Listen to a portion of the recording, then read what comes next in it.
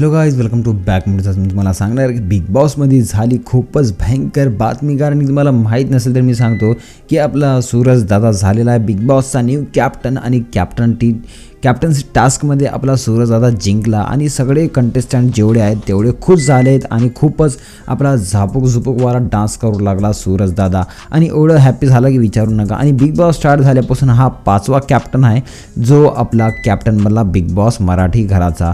तर जेव्हा अनाऊन्समेंट केली बिग बॉसने की आपल्या घराचा बिग बॉस कॅप्टन सूरज दादा आहे, तर सगळे एवढे खुश झाले. आणि यांचं म्हणजे सूरज दादाचं तर म्हणजे खुशीचं काही ठिकाणच नव्हता. आणि सगळ्यांचे गळे पडून म्हणजे खूपच हॅपी झाले. आणि सगळ्यांना म्हणजे विशेष दिली. सगळ्यांना एकच गाणं लावलं, हमारा कॅप्टन कैसा हो, सूरज दादा वैसा हो.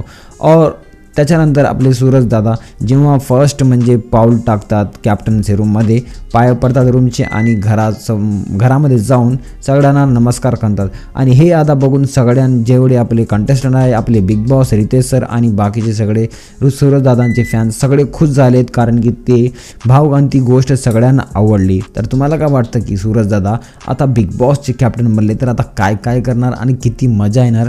आता हे जोपर्यंत आपले सूरज दादा 1 आठवडा 2 आठवडे बिग बॉसचे कॅप्टन राहणार तोपर्यंत खूपच मजा येणार असं मला वाटतं. तुम्हाला काय वाटतं? तुम्हाला असं का वाटतं की सूरज दादा कॅप्टन न बनायला पाहिजे होते? मला कमेंट करून सांगा. आणि तुम्ही सूरज दादाला लास्ट वोटिंग सुरू झाली तेव्हा वोट केले की नाही हे पण मला कमेंट करून भेटूया पुढच्या व्हिडिओमध्ये. तोपर्यंत बाय.